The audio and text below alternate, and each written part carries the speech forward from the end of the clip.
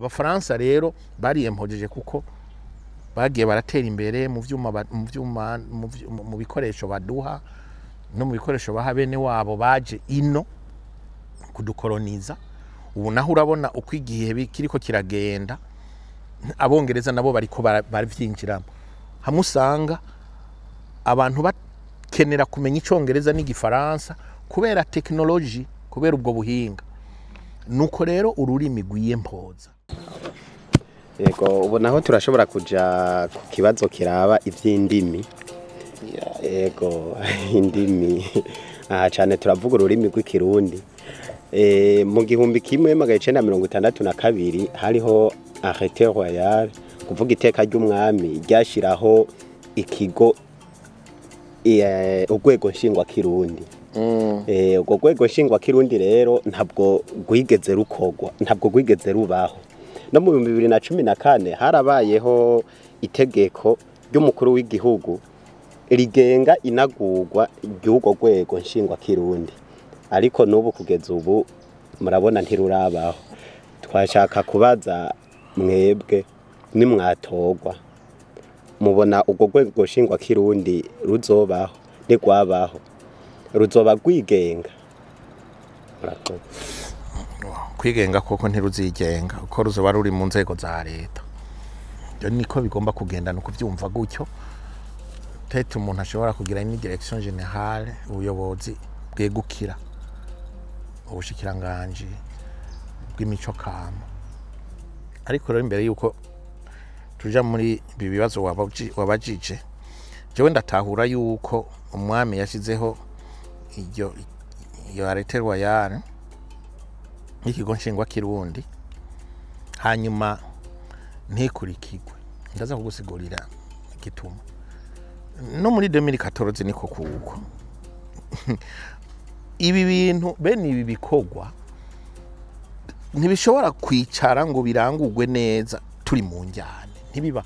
Mumenye yuko mu bisata byose by'igihugu iyo abantu bariko barajyana ntawuba acicara ngo arangura igikorwa ciwe umutima uri hamwe.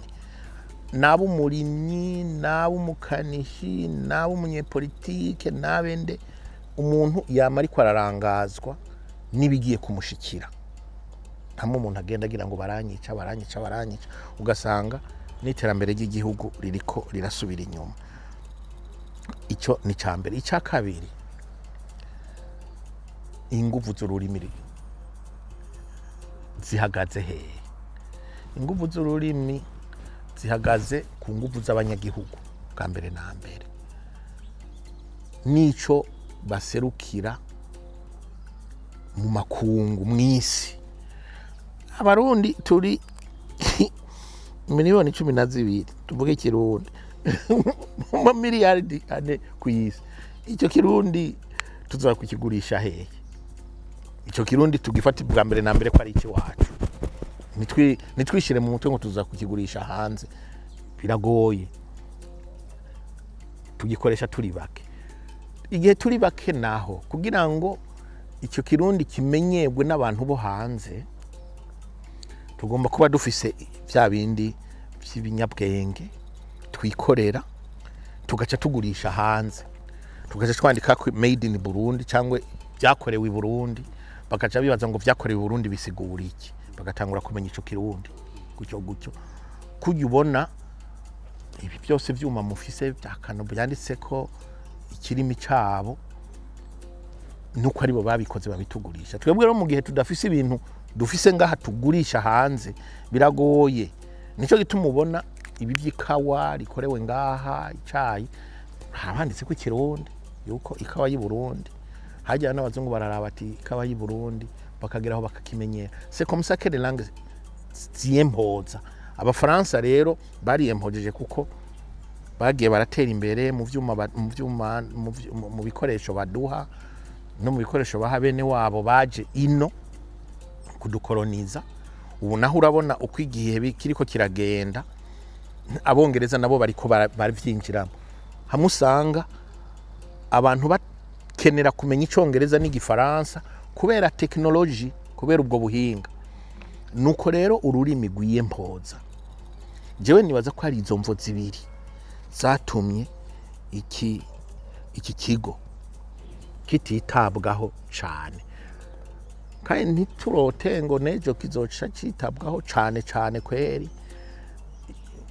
ku buryo kigenda ciyemeza hanze, twaba turiko turaswaganya, ariko kwiyemeza ngaha mu gihugu birashoboka kandi turashobora kubitangurira ko gute, nuko bwa mbere na mbere twebwe ubwacu mu byo twiga byose n'ibyo turonka bivuye hanze tubihindura mu Kirundi, kibwirizwa shingiro kuyandika mu Kirundi, aya mategeko yose kuyandika mu Kirundi twagomba kubikora. Izi ni ingingo twavuze kuva Arusha twaravyemeje yuko aya mategeko yose yava kagera yandikwa no mu Kirundi, ariko ntibikorwa. Dutanguriraho none ubwo aho nyene kuba atandikwa mu Kirundi ntikoba ari kubera atagwego shingwa Kirundi ruhari kugira rushobore kuza rurashira ayo mavuga cyangwa se ayo materume technique usanga bahura naho kuba habonetse abahinga ashobora kubiyatorera amazina mu Kirundi. naho ndi iyo mvuze nti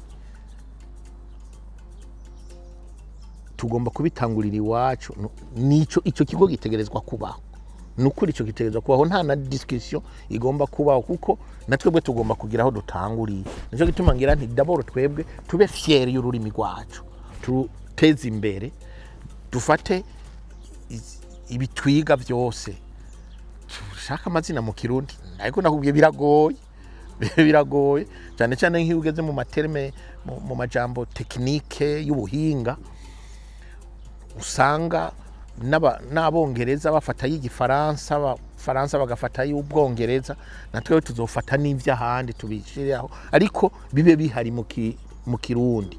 Hama rero niho dushobora gutangura kwiyumvira kwigisha no kwandika ibitabo bimwe by'ubuhinga mu kirimi cacu, ariko navyo nyene tukabikora dushaka kubikoresha twebwe nyene, ntituyibaze ngo tumaze kucandika tuzoca tukirungika muri Tanzania cyangwa muri Kenya ngo bagikoresha. Abana dushobora kubirungika mu banyeshure b'abarundi bafise amashure y'u Burundi hariya hanze kugira ngo babikoreshe, ariko bikagarukira ngaho onye.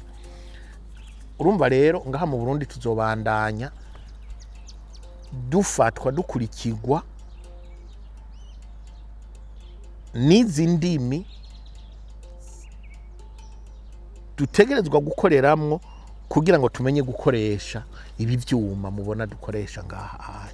Mu gihe rero tutaratera imbere muri uru rugo, muri iki gisata, turacafise ingorane, ari naco gituma ngira nti gushinga ico kigo jewe ndavyemeye, gushiraho abakozi bagomba guhindura uko bishobotse ni sawa kabisa, ni n'ibintu bidatwara amahera menshi gose. Ibi ni ibintu dushobora gushiraho na hirya yejo kabisa, abo bantu bagakora bakarangiza bakabandanya bakora nk'abajya bandika ibitabo barahari.